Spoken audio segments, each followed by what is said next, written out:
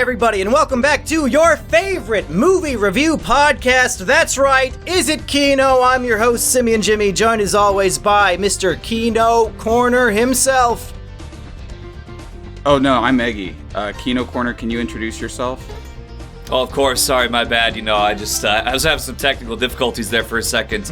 Yes, I'm so happy to be here with my highly prized, very complex, cynical, but fair and ethical movie reviews, as always.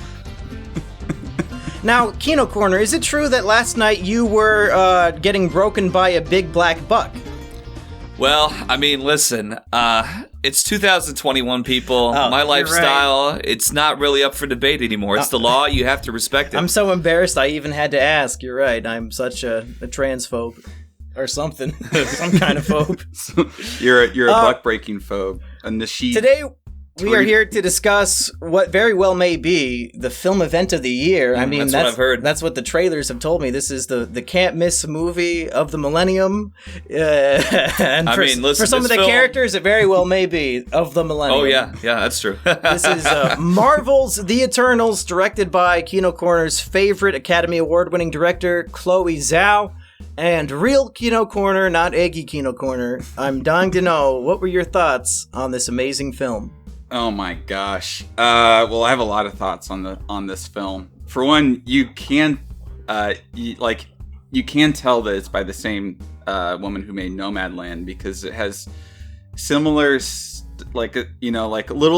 little bits of the documentary style, want to be like artsy, indie, Sundancey style cinematography in there, and it's all very washed out and kind of colorless for most of the film as well. Kind of like Nomadland, where it just is sort of bland looking. Well, there's so many This movie was almost 3 hours long. I just want to say this. It doesn't need to be almost 3 hours long. If anything, it should have been 4 hours. I mean, it was so good, I wanted more of it.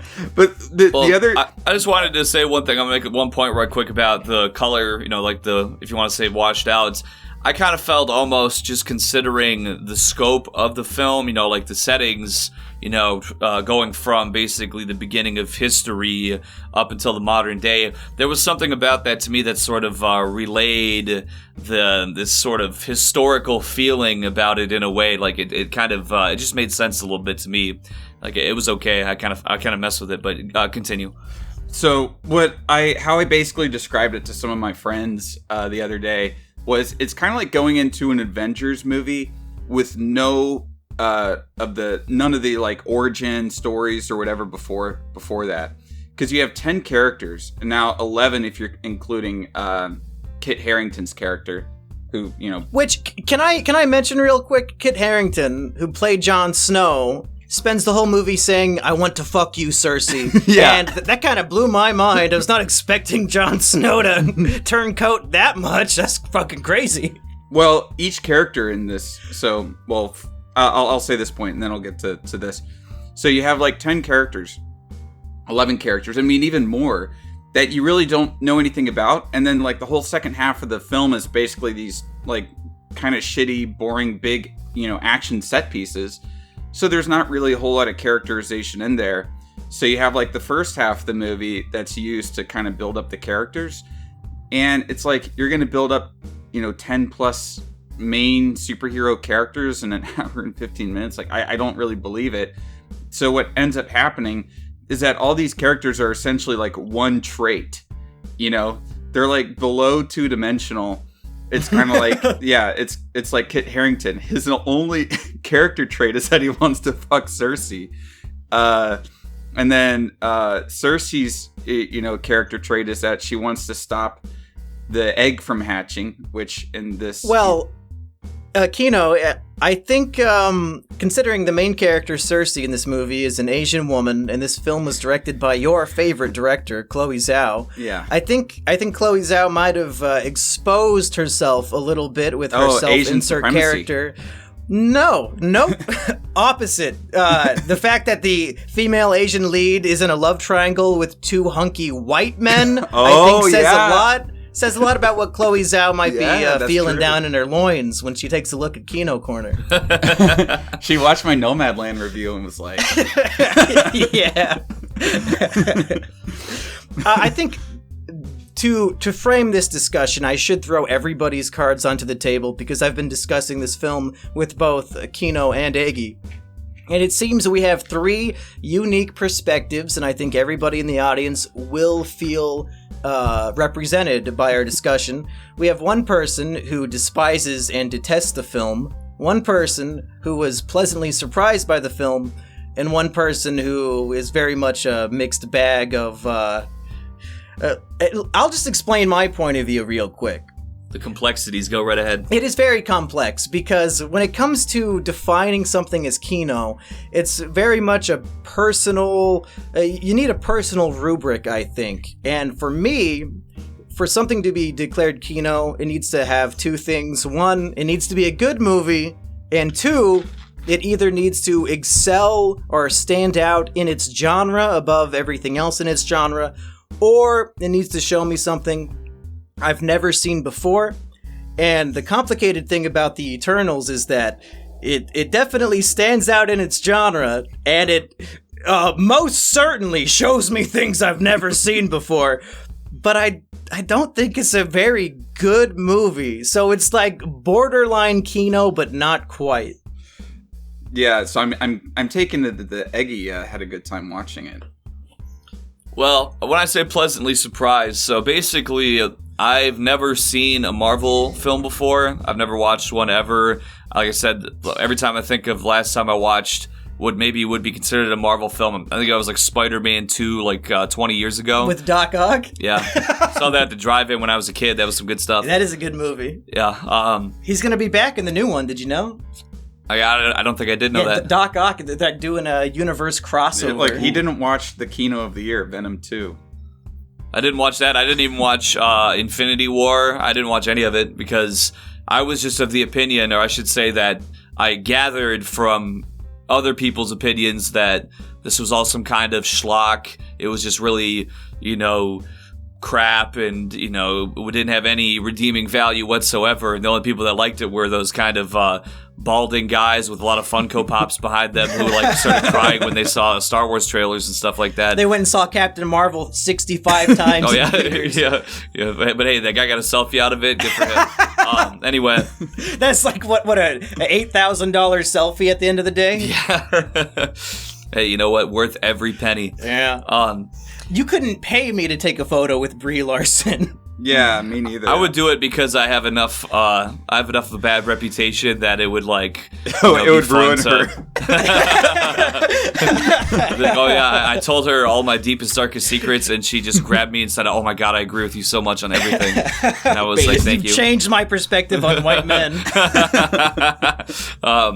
So I go into the film and I'm expecting, because even you're egg-specting? Well, because we did the Free Guy, and I like Free Guy, but there was some parts of Free Guy where you're just like, oh brother, but I in the context of the whole film, I kind of gave it a pass at the time. So I'm kind of going into this thinking that that there's going to be parts of the film that I'm just going to look at it and be like, oh my goodness, and really just regret it, or it's going to be really boring. I'm going to be itching to leave. None of that really happened. It was like how Kino said, I didn't know who any of these people are. They have names of gods or whatever. So it's okay, there's not really any backstory. You kind of just get ready. There's certain, and even throughout the film, beyond just the building of the characters too, there's certain parts where it's just all of a sudden this happens, and it's just oh, this is happening. Oh, there we go. And then it just happens, and then they're all right, next scene. So there's some parts of it like that are certainly leave a lot to be desired for sure, and obviously it's probably 99% CGI. Yeah. I mean, that's just kind of to be expected from this type of film. Well, so let's hear Kino tell us why we're both wrong and that there is no redeeming quality whatsoever. That's good. We need to know. I want to know. I mean, okay. So this is the thing with a lot of Marvel movies. It's not that there's no redeeming qualities whatsoever, and so I have a very good perspective on this because right after I watched the Eternals, I'm prepping to do a big video on A24 horror films. So right after I watched very similar themes. yeah. Right after I watched the Eternals, I watched a movie called Tusk, and now that is a movie with no redeeming qualities, and it put the Eternals into perspective for me. I mean, like, the thing about Eternals is that it goes by the Marvel standard sort of formula. You sort of expect all these Marvel movies to be of a similar quality in the sense of, like, they're not going to have, like, super bad acting. They're not going to have, like, nothing's going to be, like, really bad. But it can really, like, with the Eternals, what it is for me is that, and I told you this, Mumkey, that coming out of the theater, my first reaction was that it was, like, just very mid. Just sort of just, I was like, I was nonplussed by it in any way. But then the more I thought about it, it was like, the more I was like, oh, like, what the hell? Like, it just doesn't make, like, a lot of the stuff in the film makes no sense. And the characterizations, like, I didn't even know that the guy's name was Fastos, the gay black guy. I didn't know that. I didn't know who some of I want to rewind a little bit. When you say things don't make sense, maybe we can all elaborate or brainstorm, to quote the film, and figure out these questions. What's, like, the number one thing that doesn't make sense? So one of the things that I like, and now I understand why they did this, but I thought it was funny throughout the entire film, was how, okay, so spoiler alert, right, is that the Eternals are basically robots made by some space god, right? Yeah. I'm not, like, a comic book guy, but, you know, this is what I gathered. So they're like these robots made by these space gods to go to planets, because planets are essentially eggs for other space gods, and they need to like have intelligent life on the planets. And then when there's enough intelligent life, for some reason that causes the space gods to break out. I don't know. It doesn't show him, like, absorbing the life forces from people or anything like that. He just kind of, like, comes out of the earth.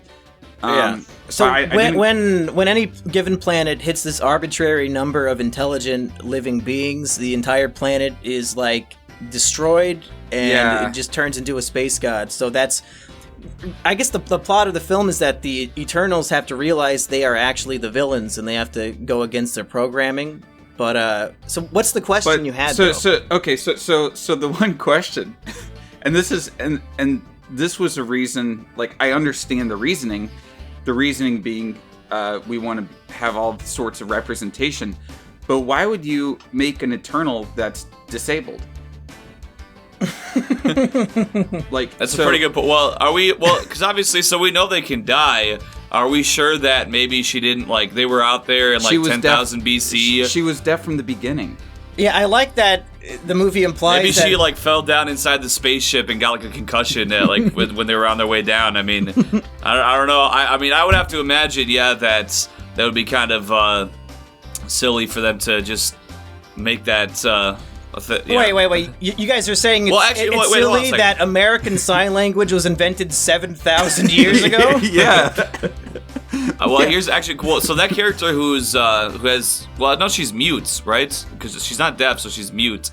Maybe she just ran so fast. No, she's deaf. She said she can sense the vibrations. Oh, okay. Yeah. Actually, that makes it even worse because so she can run. She runs around, like, the entire planet in 1 second. Yeah, she's the Flash. But yet but she deaf. can, like, hear. So if she's doing that, she would hear, like, every single thing in the entire world in 1 second. That should, like, make her go crazy. She would hear all the screams of the people she's running through. I think in the sequel we're gonna find out that she's got. I think she's faking. I think she's been frauding this whole time because it doesn't add up.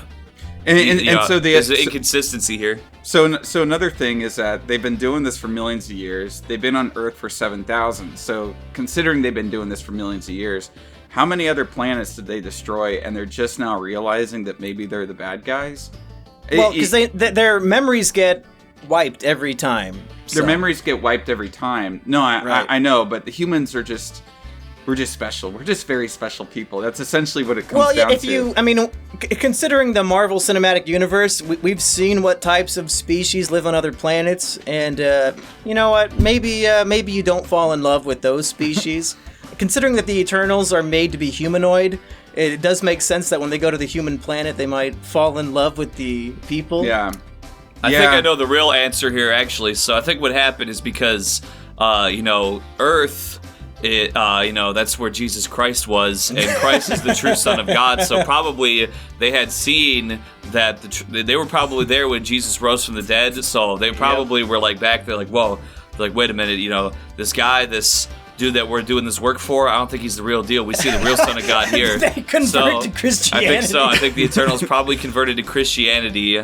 They probably were just keeping it on the down low because obviously that's their robot god guy. He could like teleport them across the whole universe and get inside their brains and stuff. So they probably, didn't want to blow the cover too early. But I think that's a plausible theory that's why they wanted to save this planet in particular and these people in particular, because all these people have been saved by Christ, and so they had to make sure to, to go against what they had known prior. Now that they were truly saved. You know what I found funny? And this was like it was the first moment in the film. It opens up with like a text scroll, the film does, going like, and Ursham created the sun and like all this like weird mythological stuff. And I was just like, what the fuck movie is this? Like 3 paragraphs to give you like the entire backstory of all history. Yeah, and then it turns out the opening text scroll was full of lies. Like, literally lying to the audience, because then the Eternals find out over the course of the film that the information given to us in this fucking text scroll at the beginning is not true. That the planet Olympia does not even exist. Could you imagine you go to see a fucking Star Wars movie and halfway through you find out that George Lucas typed up a bunch of fucking lies in the text scroll? Like, what? You can't do that. You can't have exposition from literally the film itself to the audience that ends up being a lie. That is one of my biggest issues with the film and why it is not kino. And so here's the other thing too, right? When you're thinking about it, what's his name? Ursham, something like Erisham, whatever, right? I'm big space god, right? So big space god says, okay, I need to cultivate it, and I put this species called the deviants on there to kill the apex predators to allow intelligent life to exist. But then I have the Eternals to essentially kill off the deviants. But why would he give the Eternals free will if their only purpose was to kill deviants? Why would he make it so that they could rebel against him like they do? Why doesn't he just make them like good question. Yeah. Like, why not just make them as robots who essentially are like Terminators, who just like hone in on the deviants? And also, he completely underpowered the Eternals. Fucking Kingo only has he has finger blasters. He literally finger blasts the deviants. Yeah, I don't know why you give one guy Homelander powers and then he literally becomes Homelander by the end of the movie. Yeah, and then everybody else has the X-Men mutant who doesn't get his own comic book powers. Yeah, exactly. So true. You overpower one guy and then everyone just has really shitty powers. And then the one guy with the most powerful, Superman-esque abilities ends up being the villain. Spoiler alert. Who could have seen that coming? But speaking of Superman, can I say this movie made some baffling choices? Baffling. Folks, I have seen every single piece of the Marvel Cinematic Universe, the 25 some odd movies and the TV shows. This movie is the only time in the entire MCU that they've made references to both Batman and Superman. And Star Wars. Well, no, Star Wars has been in Spider-Man's character talks about Star Wars all the time. But this, just think about this. This is fucking crazy. In a world where not only are superheroes real, but there are hundreds of them and everybody knows who they are and they're famous, why in the fuck does DC think they need to exist? Why does Batman and Superman exist as a fictional character in this universe? We have real fucking superheroes. And how come in this series of movies about superheroes, if Batman and Superman are known quantities, how come they've never been mentioned before? Nobody ever said, oh, you're a superhero. Oh, you mean like Superman from the comics? Nobody's ever said it, because it should not exist in this universe. It makes no fucking sense. That's one of the things that blew my mind. It makes sense if you think about it in this world and not in their world. And what I mean by that, what I mean by that is that I think Chloe Zhao wanted to make a DC movie because this kind of feels like a DC movie, and I could see this being like a lot better, honestly, if it was directed by Zack Snyder. Because I was gonna mention that you tweeted that out, and I think some people thought you were joking. But after I saw the film, I was like, "Wow, Kino is completely right." If Zack Snyder made this with like a movie with such like heady, wannabe, deep philosophy about the nature of humanity and all this like the genocide and fucking like showing Hiroshima and shit. This has Zack Snyder's scent all over it, and I do wish he would have made it because it would have been better. Yeah, because like, okay, so Zack Snyder would have just gone like just like maximalist with all that stuff.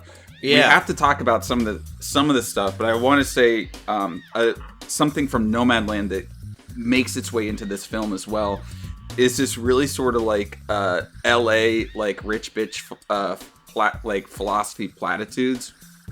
Like they literally say the truth will set them free. And I could not handle that. I was like, that is so you're not a fan stupid. of truth?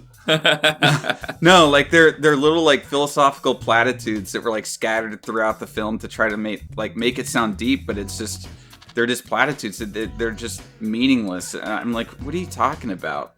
And I mean, the same thing happened in Nomadland, but we have to talk about some of the historical scenes. The greatest scene in the film. The greatest scene in the film. Now, the film itself might not be Kino, but there is one 25-second scene that might be the greatest thing I've literally ever seen in my whole life, and I'm not exaggerating. It was the most shocking scene in any film I've ever seen, and I'm going to let Kino take this one. Okay. So I have to give some backstory, just about a minute of backstory on this. So how the Eternals works is they each have their different powers, and the gay black guy, Fastos, however you say it, I don't know. I had to look up his name afterwards because I think his name was Tariq Nasheed.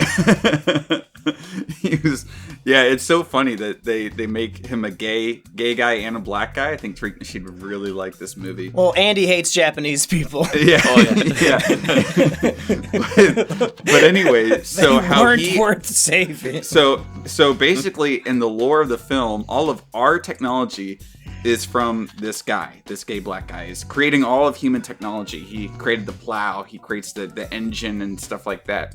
So you might think that it's, Bill you might Gates think white men throughout history had made all these inventions. Oh, no. Yeah. It was a gay black man the whole time. Yeah, exactly. See, it's empowering their history. Now, is that blackwashing history or rainbow washing history? I don't know. Like they got a new flag. It incorporates everything, so it's that one. That's true. Yes, it's a whatever black that rainbow? flag is. No, it's the Pride rainbow, but it has like a triangle on the left side of it that like represents the Deathly Hallows. Anyway, what are you saying? Let's get to it. So he makes all of like human inventions or whatever, and so there's a scene where we see Hiroshima, however you say it, Hiroshima blow up, and then he is literally in the wreckage. I don't know how he got there, honestly. Like he was watching it happen. He was chilling out. He pushed the button. Yeah. He wrote it down like Dr. Strangelove. He's like, yeah. And he's sitting there and he's crying and he's like, they used my technology for this. No. Don't get it twisted. We see the nuclear bomb explode. We see just the remains of the destroyed city with a black guy standing there, and he says, I did this. That's immediately what he says is, I did this. Yeah. And then he starts crying and says they didn't deserve to be saved. And I fucking lost it. Nobody in the theater was laughing but me, and I felt very seen. And it's unbelievable. I was why would you put it in a Marvel movie? These are movies for families to be enjoyable. They're supposed to be a fucking funny little lark of an adventure, and you're fucking making light of how many people died in that bombing. All of them. A million. Yeah, a lot. It's like, holy fuck. You know what should have such a disregard for human life in this fucking movie. You know what should have happened? It would have made it so much more Kino. is if it was a montage of like World War II where he says the exact same thing in Hiroshima, and then he's in the gas chambers. Well, actually, it's funny you should mention that invented because the Holocaust. I didn't say this while the film was going, but like once they got to because the preceding that, I think as far as I remember, the other historical moment preceding this was that they were down like in South America, and the Spaniards are coming in and like knocking everybody off, and so they're like observing that, and they're like, oh, it's going too far, and Druig, who he's like this guy who can like control humans, and so he like stops everybody for a second. He's like, I can't let this go on, and he like takes control of everybody's minds to like make them drop their weapons. And they're like, no, you can't interfere. And I'm like, if they're going like once that angle was presented, that they were like emotionally invested in what was going on in that regard, I immediately thought that they might like be present at the Holocaust. And then they were. And I mean, to be honest, yeah, the Hiroshima scene was pretty much. I mean, it was pretty much the same vein that I was thinking. I was like, oh, actually, I was like, damn, yeah, the Eternals, they could have stopped it all, and they didn't. They just sat there. What's more is that they aided it. Apparently, they aided all of these events with their gifts that were going on behind the scenes. So, quite interesting. What I was also thinking is like, it took him 7,000 years of just some of the worst warfare that's ever happened. Like when you think about, just like human conflicts before that, and the just massacres and all this terrible stuff, right, that's happening all around the world. Like Napoleonic Wars, I mean, were just brutal. You have all this stuff happening, and it's not until World War II that he finally breaks. It's like he's probably seen millions upon millions of people die by his technology, but one bomb, then he decides to retire. I mean, can't we all agree Hiroshima was probably the peak of human warfare, at least for that time, if not ever? Well, for that time, but I'm saying, like, there were some real, like, so he got his way through the Armenian genocide. That was fine. The Holodomor was fine. World War I was A-okay. The Napoleonic Wars were pretty decent. The Reign of Terror in France, with the guillotine, that was okay. What would be really kino is if they need to do a spin-off where it's just like that guy at every, like, all the worst. we can go back to like 1,500 years ago and like all the worst events in human history, and just have him like he's there.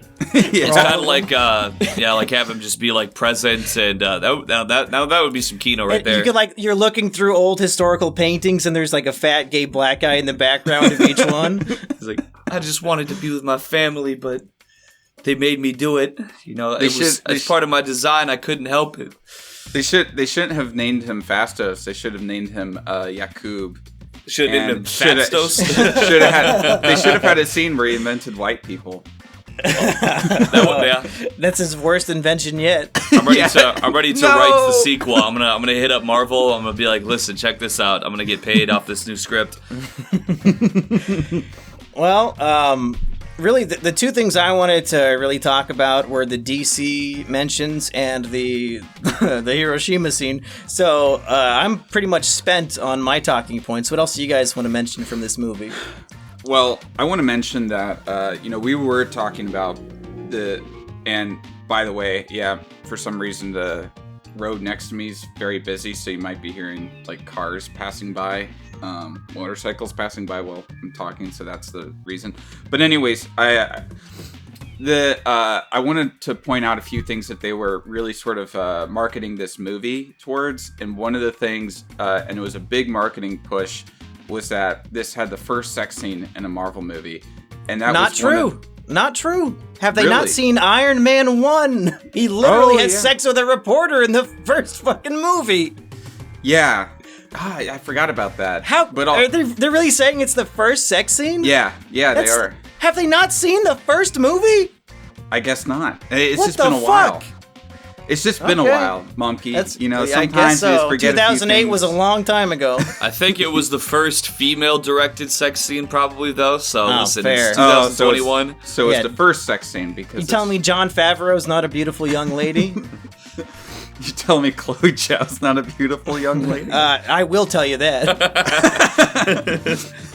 But that sex scene was one of the most PG sex scenes I think I've ever seen in a movie. It's, you get to see their shoulders. That's yeah, pretty you hot. you see their shoulders, and then it's just close up of their faces for like 10 seconds where they're saying "I love you."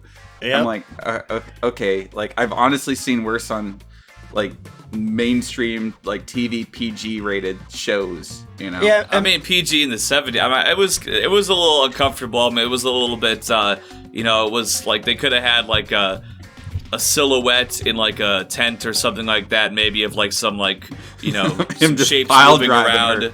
Maybe a couple like giggles, you know, but I mean they're like right up there. You can like see the pores on their skin. They're like, I mean, you know what I'm saying? Yeah, so it's it was a little because bit. It was a little up there, you know. It's uncomfortable because the camera's like literally right in their face. It's not because I felt like I was right there. I felt like I was a part of it. POV Marvel porn. Yeah. Now, I mean, what was the point?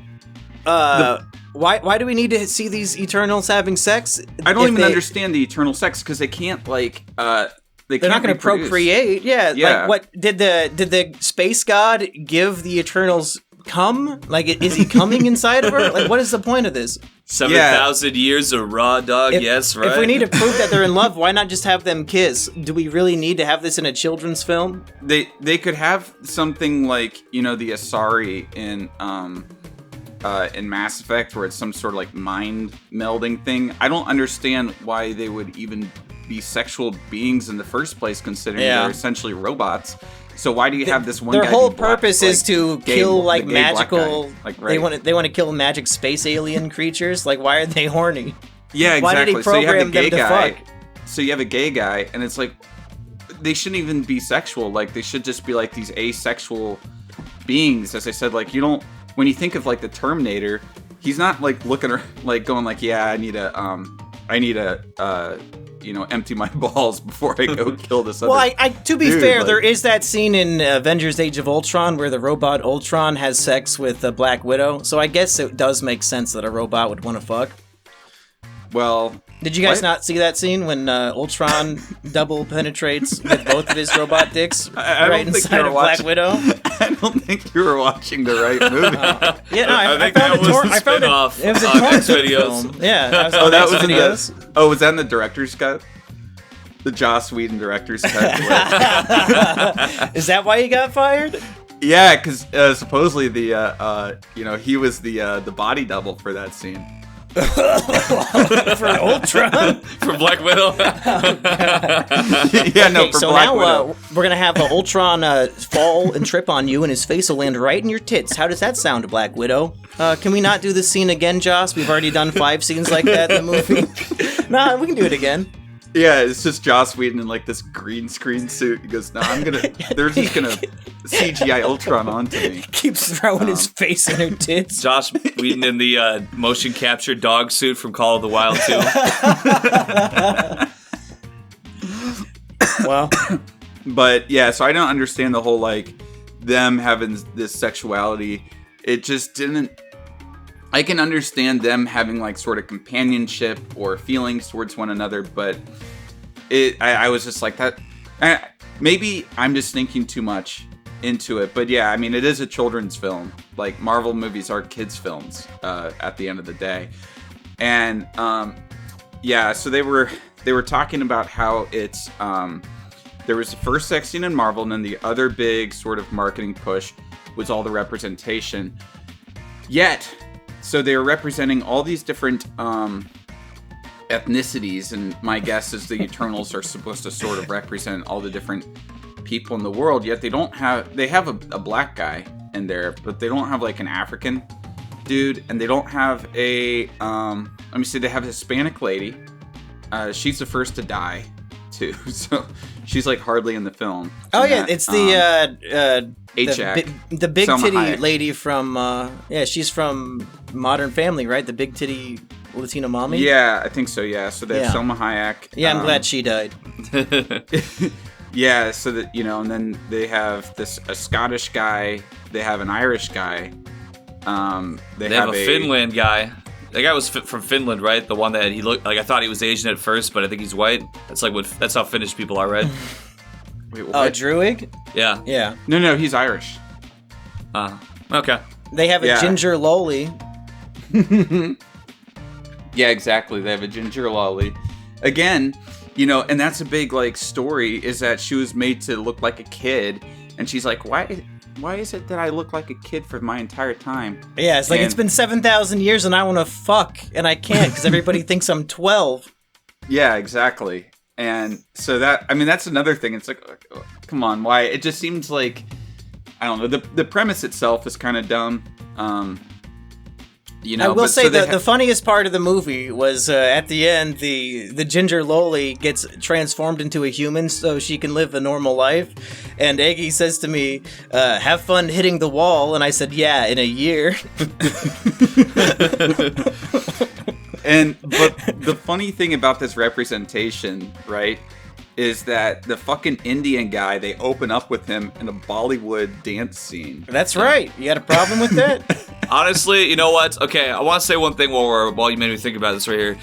Like, once again, me never watching these particular kind of films ever, you know, the perception of that guy is, like, very negative. Everybody's always making fun of him.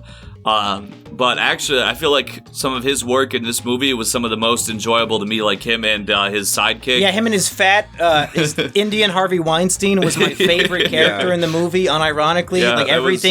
Same here. Every part of his character was Kino. I agree. Yeah, his character was funny. Like, it was kind of an unnecessary character, but he was the only likable character in there because he wasn't some... I mean, everyone else was just boring. Well, he was the only like human who was regularly in the film, and he reminded me of me. He's a fat Harvey Weinstein Indian man who is constantly filming everybody and pissing them off. It's very funny. Yeah, getting attacked by women. Yeah, I know how that is. Yeah. So Kumail. I don't know how to say his last name. Kumail Nanjiani. Yeah. Yeah. Having him as like the Bollywood guy, I'm like, okay, so he's not even like Indian. I mean, well, he is Indian, but you know, he's American, and I don't know, it just felt like very trying hard to be like, we're representing India or representing Bollywood or. I did like his backstory that, like, since they never age and he wants to be a movie star, ever since the beginning of film, he's been appearing in movies, and he just like keeps pretending to be his own son. So it's like my great-great-grandfather, and it's just all him in different costumes. I thought that was pretty cool. Yeah, I thought that was neat. And I honestly thought that his character was one of the more interesting characters out of the entire cast. Honestly, I think just because he just had more charisma on screen than the other people. If we're doing a power ranking, I would say Kumail and his fat friend are S tier, and then mostly everybody else is like D tier or lower. I mean, essentially the bad guy is just like a Walmart great value Homelander. Yeah, absolutely. Yeah, and okay, and then you know, if people have made it this far, they obviously don't care about spoilers. So they all come together at the end to stop the Earth from exploding. And then Homelander, I forget his actual name. Homelander, because he flies into the sun. Oh yeah, it literally ends. He's just like, well, I lost. Guess I better kill myself. I think it's more that after the mind meld, like he realizes he was wrong, and he's so ashamed that he decides to commit suicide, which I can respect. I do agree, but the fact that the scene was like 40 seconds of like from that, he like literally just like it cuts to the sun and he's just like going at 1 trillion miles per second directly to the sun and just gets completely engulfed in flames, and then it just cuts away and they never speak of him ever again. That was an interesting pacing and choice there, I will say. It would have been better if it was just like, because it takes like 8 minutes for light to get from the sun to Earth. Yeah. It would have been better if it was like an 8-minute long scene. Well, no, because that would imply he's going the speed of light. Let's be more realistic. It's got to be like an hour-long scene of him flying to the sun. Yeah, exactly. It's like, wow, this movie's 4 hours long. You said earlier it should have been 4 hours long. It should have been 4 hours long just for this one scene. Well, yeah, we got to keep it realistic. Yeah, we got to keep this kids movie about superheroes realistic. They can't have any music either. It needs to be as silent as space itself, and it's just he's like not even talking. He's just stone-faced flying for an hour. You might have people then saying it's like true art, if you had that scene in there, they'd be like, wow, this is so... Well, yeah, if Kubrick did that, they'd say it's the greatest thing ever made because it was boring. Okay, well, let's not go there. Well, and one thing I'll say about the length, too, because prior to going into the movie, I'd had about 5 or 6 alcoholic drinks, and so... I anticipated, with that being the case, that I certainly would have to, in my mind, I'm like, all right, when it starts getting slow, because it's 2 hours, 36 minutes or whatever, I'm like, all right, so whenever it starts, get dragging and, whatever, then I'm going to go take a piss. And I did not budge. My eyes were glued to the screen. My attention was kept through every moment of the movie. So I will give them kudos to that they... Despite all the flaws and, some of the characters didn't really make sense, there was other things that didn't really make sense, and other things in that vein. It was flashy and the pacing of it, even though it was kind of messed up sometimes. Listen, I sat there and I didn't care. I was locked in, so I'll give them kudos for that.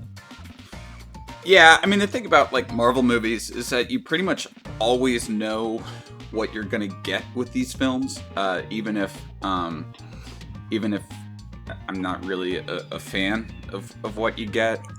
Well, I would say, tonally, this one is completely inconsistent from the rest of the cinematic universe, and, I would not It's more like a guess. DC film.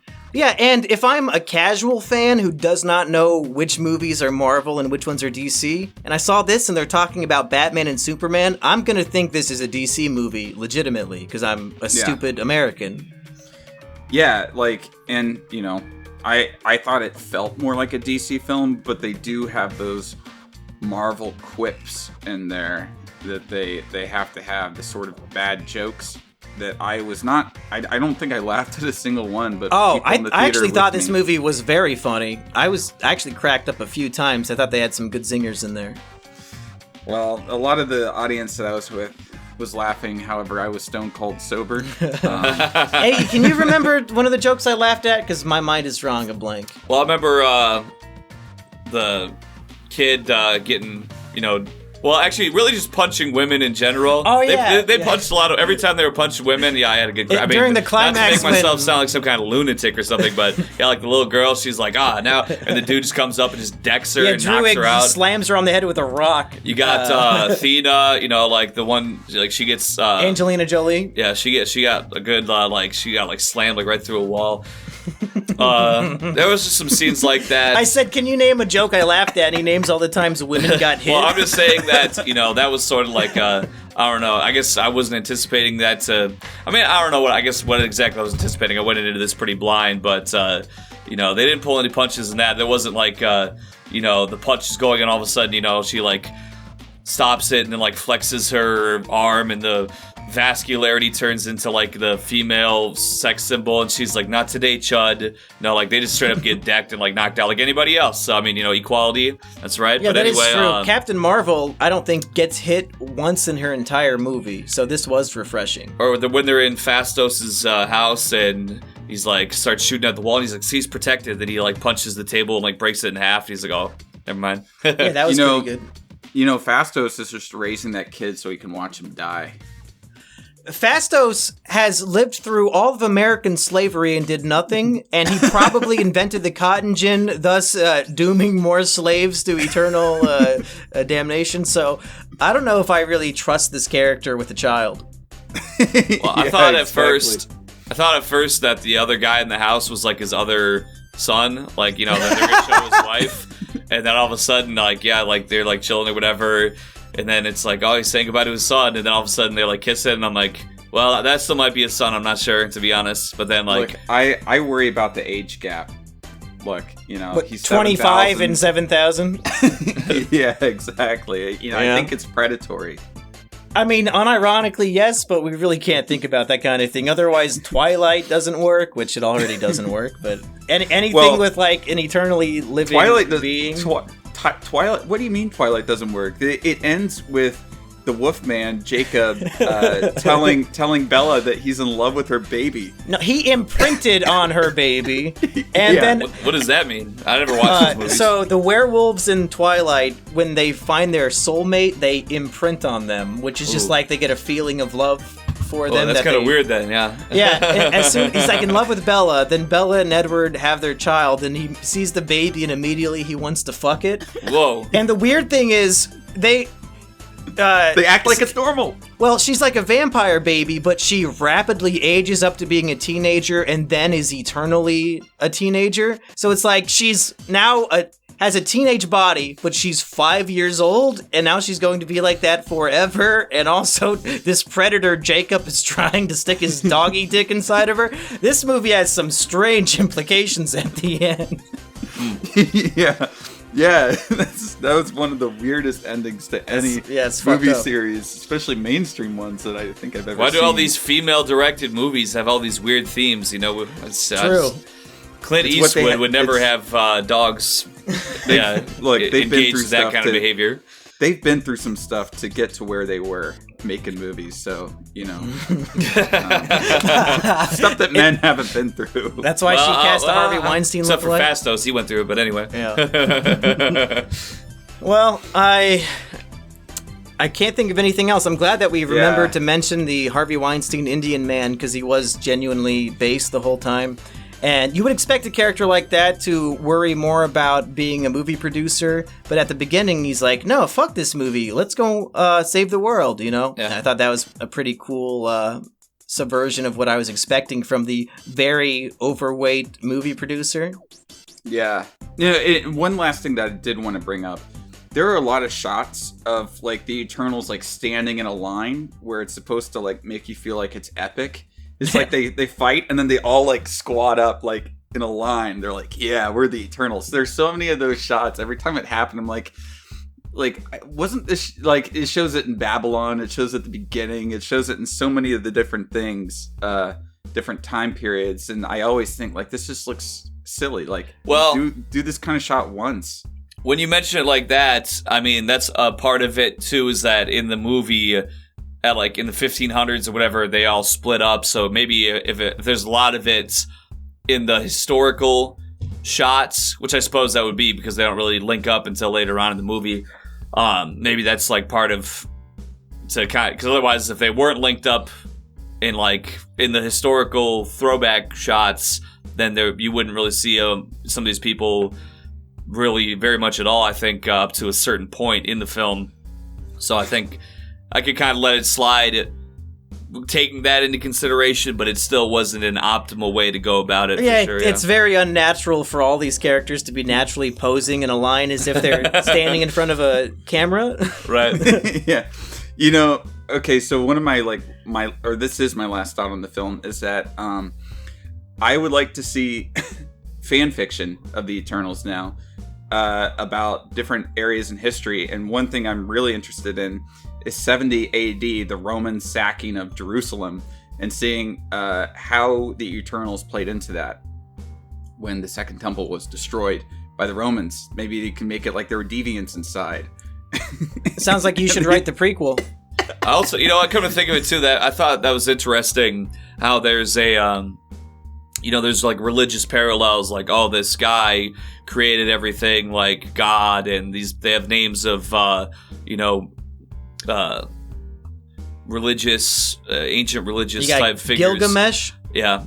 And then they're there to kill deviants. I was like, that kind of sounds like some old school, oh, he's a deviant, kill him, like that kind of stuff. I was like, thought that was kind of an interesting choice, but maybe that was already in the comics or whatever back in like the 50s and 60s. Supposedly the comics, okay, I don't know much, but I did a tiny bit of research. Like, when I say tiny bit, I mean about 30 seconds worth of research, but the comics were created in the 70s by Jack Kirby, and supposedly in the comics, the deviants are actually like intelligent aliens. Like, some comic book fans were mad that this movie's like totally Dumbed them down. Dumbed them down a lot. And them being more intelligent would also make the Eternals being more intelligent, I guess, make more sense. But as it is, I'm like, why aren't they just like Terminator, just like programmed to kill deviants? And they've been meddling in human affairs. And I just think it's funny that it's like so many terrible things have happened throughout the course of human history. It's not until the 20th century that you have like the one guy going like, oh no, I have to step out now. I have to retire. There's too many bad things. Like, I did this terrible thing, when these had tons of genocides and just mass slaughters and stuff, for the last thousands of years, and they were just cool with that. What if like everyone was gonna stop it, and like Druig was like really, maybe he like was into it, so he like mind controlled the other Eternals, so like they were gonna try to stop all from happening, and he's like, no, the blood must flow, and then he like controlled them and like stopped them from interfering, and like really, I don't know. The fact of the matter is that they're right at the end. They pretty much tell you sequel coming soon. So I think maybe the next film will kind of expand upon some of these things. Maybe we'll learn more, or maybe we'll just have more questions than ever before. There's going to be more action set pieces, more explosions. The post-credit scene or the mid-credit scene was the highest amount of cringe of the entire film when we have Thanos is... Oh, that was Patton Oswalt voicing the CGI character that looked like it was not fully rendered. Like, it truly looked like a PS2 cutscene with that. Yeah. But then he's introducing Thanos' brother is just a normal-looking human. And with a southern accent? And he wants to help the Eternals. Like, this is so fucking stupid, man. Just stop. Just fucking stop. Let the movie end. And it's kind of implying that Thanos was an Eternal, because he's from Titan. Because he says, he's a Titan, but doesn't he say that he's also an Eternal? No, I don't think Thanos is eternally youthful. I think he aged. No. Yeah, he did. I don't know. I it would suck just being born and just looking like that right away. Then there's a post credit scene. So I didn't stay for the post credit scene. What? We did. Oh my goodness. It was not worth it. Yeah, that's true. I think it's teasing that Kit Harington's gonna have his own like Disney Plus show or something, like with a sword. He's like the Black Knight or something like that. That's that would make sense. Yeah, I don't know. So this was like his intro movie, and then he's gonna have his own TV show. I guess so. He's gonna go around London with a sword. How's that gonna help him find his girlfriend in space? I don't know, man. He's gonna get a whole lot of new pussy with being able to be like a super knight with like a cool crystal sword and stuff. So it'd be cool. Yeah. It'd be good. Well, supposedly another Marvel property introduced another character that has a sword that's called like the Black Sword or something like that. I don't know. some Marvel fan was telling me this, and so I really want them, if they have the Black Knight fight up against this other guy, to like call the film black on black violence. Well, did you hear that Oscar Isaac is going to have his own Marvel TV show? He's in Marvel? Yeah, he's I don't know who he's playing, but I'm pretty sure he was cast as the lead in like his own Marvel TV show for Disney Plus. Well, I don't have Disney Plus, so I have no idea. Well, eventually when it comes out, I mean, it's Oscar Isaac, so I think we might have to watch and review that one. Yeah, now I will say, we're getting to the end. I will say a movie that was Kino this year was The Card Counter, that had Oscar Isaac in it. Fuck yeah. Yeah. Well, I guess we should. Final thoughts? Yeah, let's go around the horn and say whether or not it's Kino and if we would recommend the film. I will say it's decidedly not Kino, not a good enough movie to qualify, but the Hiroshima scene is the greatest movie scene I've ever seen. Seen. What about you, Eggy?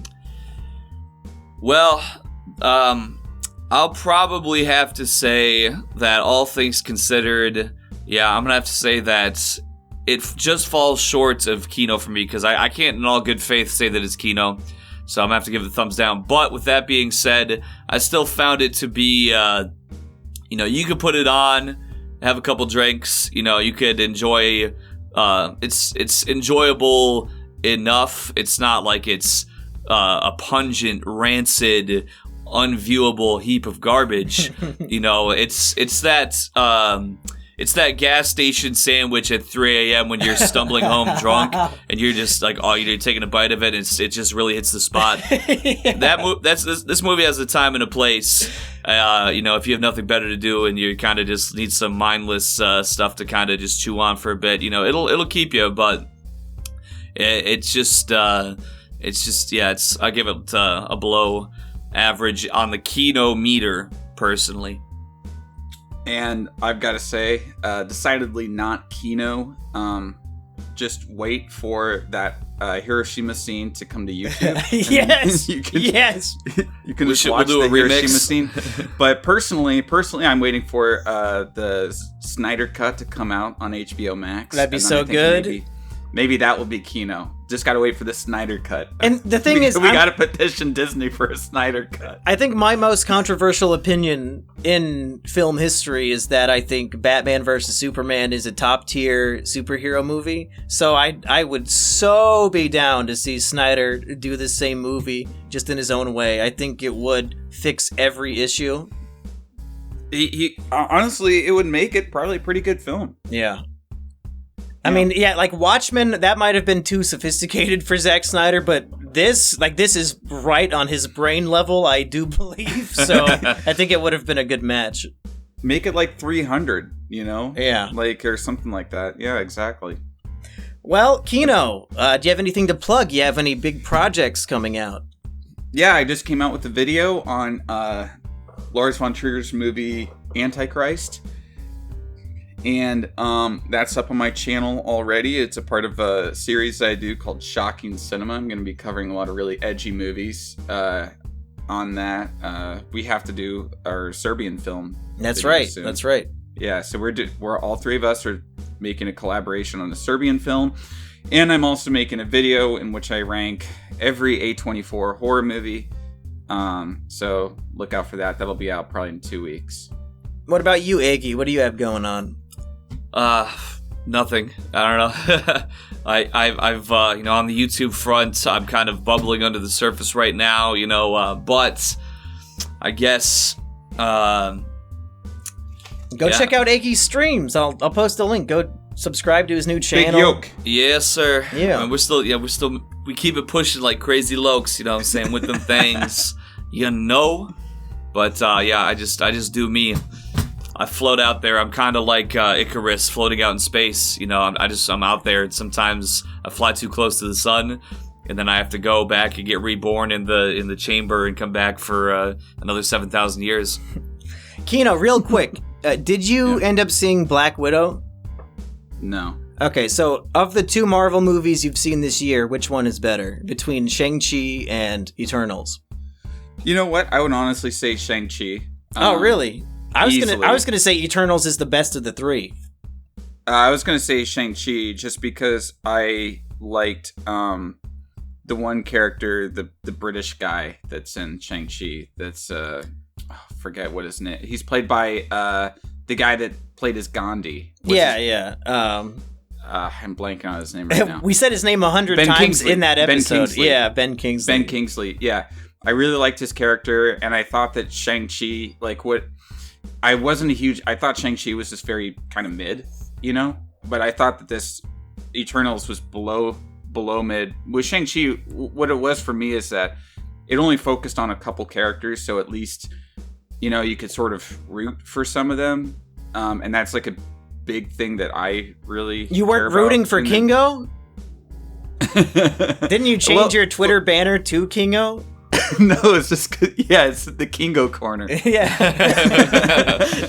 You let that impact on you, and you can't give him a little bit of credit, I mean, the fact that this character is unironically the king of cinema within the MCU, I think it fits you perfectly.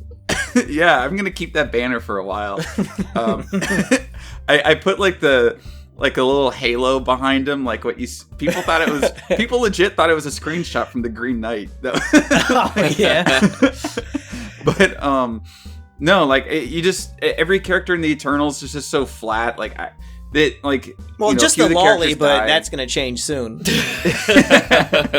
Well, it's like a few of the characters died. You honestly feel nothing for them the entire time. At least with Shang-Chi, honed in on, even if I didn't quite like the. Like, you loved Awkwafina's Awkwafina's characterization and character growth? Yeah, I prioritize character growth. I mean, however small it is. Like, what there was some in Awkwafina's Shang-Chi. arc in that film? I don't know. She was the annoying bitch. Exactly. I think I did feel bad when Gilgamesh died in the movie though, because he was fat and he liked to eat. So that was my representation in the film. that's true. Oh They my should have God. they should have killed off Barry Keoghan because he was kind of annoying. Which one was he? He was the Irish guy that controlled minds. What? No, Druid. I like Druig. He's one of the better ones. He was in. He's a good actor. He was in Killing of a Sacred Deer. He's really good in that. He's the but, one who hit the girl on the head. Like, he's Kino. Oh, that's right. Okay, yeah. No, they should have killed. They That's should true. have killed off the Gilgamesh lolly. never punched a woman, so and he was in the kitchen, but Yeah. They should have killed off the lolly. That's what they should have done. Okay, folks, that's enough Kino for today. Is there anything coming out next week that we should be talking about? Well, Last Night in Soho just came out. I did see that one. Was that any good? I liked it. I've heard everybody else say that they did not like it. I think they're used to Edgar Wright's other films, whereas I don't really have a stake in that fight, so I very much did enjoy the movie.